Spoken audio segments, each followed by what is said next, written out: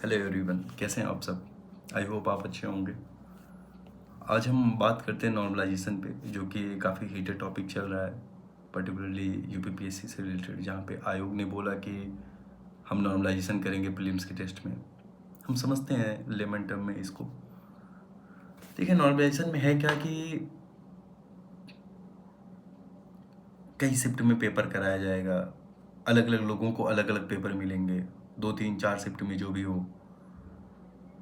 अब उससे लॉसेस क्या हैं। सपोज करिए कि आप जीएस का पेपर दे रहे हैं, मैं दे रहा हूँ, बाकी लोग दे रहे हैं, किसी को कुछ पेपर मिल रहा है, किसी को कुछ मिल रहा है। कोई चीज़ आपके लिए डिफ़िकल्ट हो सकता है, कोई चीज़ दूसरे के लिए डिफ़िकल्ट हो सकता है। कोई एक ऐसा तो है नहीं कि आयोग ने बताया कि यही किताब है, यही सब पढ़ के चले आओ, इतने से ही हो जाएगा। ऐसा तो है नहीं कुछ। कोई डिफाइंड चीज़ें तो दे नहीं रखा है कि बस एक ब्रॉड टर्म में कीवर्ड्स दे दिए हैं, अब उसी में सब पूछते रहो। तो ह्यूमनली सारी चीज़ें पढ़ना भी तो पॉसिबल नहीं है। अब आप उसी पे नॉर्मलाइजेशन कर दो, हर आदमी के लिए अलग अलग पेपर तैयार कर दो। किसी के लिए हो सकता है वो पेपर बहुत इजी हो जाए, किसी के लिए डिफ़िकल्ट हो जाए।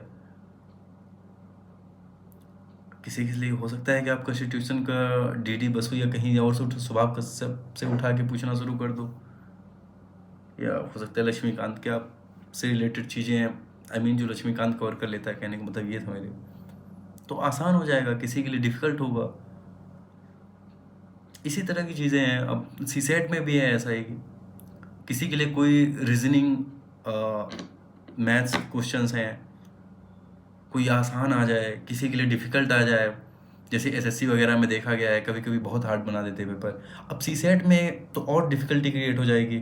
चलिए, जीएस में तो आपको एक कट ऑफ बनानी है, तो हो सकता है वो आप एक फार्मूला भी दिया आपने, आप नॉर्मलाइज कर दो।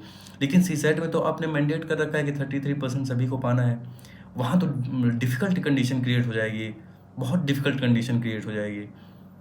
सोचिए कि जिस बच्चे को डिफ़िकल्ट पेपर मिला है, काफ़ी डिफ़िकल्ट पेपर मिला है, अब उसको भी 33% पाना है, तो उसके लिए तो ऑलरेडी डिफ़िकल्ट हो गया वो पाना, जो आपने एक मानक बना रखा है।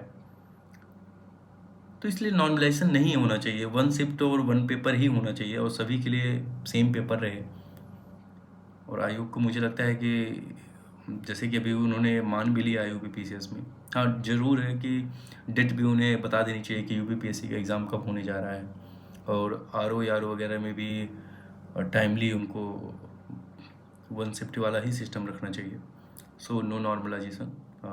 हम सभी स्टूडेंट्स को एक साथ आने की ज़रूरत है, और जितने स्टूडेंट जहाँ के भी हैं सभी लोग, मैंने भी फॉर्म भरा है, तो सभी को एक साथ आने की। और ये केवल किसी कुछ लोगों की मांग नहीं है, और ऐसा नहीं कि कोई बहुत ब्रिलियंट है या कोई बहुत लो चल रहा है। पेपर सबके लिए ही कुछ भी हो सकता है वहाँ पे। सारे स्टूडेंट्स की बात है, ये सारे एस्पिरेंट्स की बात है, तो सबको एक साथ आना चाहिए। I hope play one term में आपको चीज़ें समझ में आ गई होंगी। इतना ही रखते हैं video. Thank you so much, और स्टूडेंट यूनिटी बना रखें। Thank you.